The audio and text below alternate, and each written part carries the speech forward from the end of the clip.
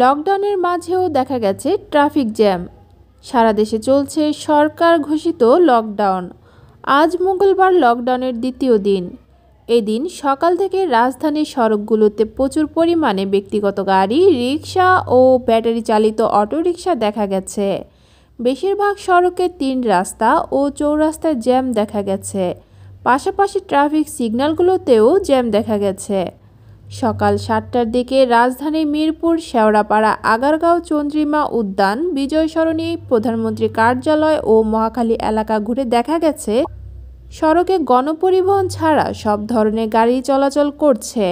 রাজধানীতে যথারীতি যে ট্রাফিক জ্যাম থাকে তা আজ না থাকলেও বিভিন্ন পয়েন্টে বেশ গাড়ির চাপ রয়েছে। এই স্পটগুলো বেশিরভাগ পয়েন্টে ট্রাফিক সিগন্যালে গাড়িগুলো দীর্ঘ সারি দেখা গেছে। এছাড়া বেলা ১১টার দিকে রাজধানীর মহাখালী, নাবিস্কো, ৭ রাস্তা, মগবাজার, বেইলি রোড, কাকরাইল মোড় সহ পল্টন মোড় এলাকা ঘুরে দেখা গেছে বেশিরভাগ পয়েন্টে গাড়ির চাপ রয়েছে। ৩ রাস্তা এবং চৌরাস্তার ট্রাফিক সিগন্যালে দীর্ঘ গাড়ির লাইন, বেশ জ্যামও পরিলক্ষিত হয়েছে। উল্লেখ্য, সোমবার ৫ এপ্রিল থেকে ১ সপ্তাহের জন্য সারা দেশে লকডাউন ঘোষণা করেছেন সরকার। প্রিয় দর্শক, ভিডিওটি ভালো লেগে থাকলে অবশ্যই চ্যানেলটি সাবস্ক্রাইব করুন এবং লাইক, কমেন্ট, শেয়ার দিয়ে পাশেই থাকুন। ধন্যবাদ।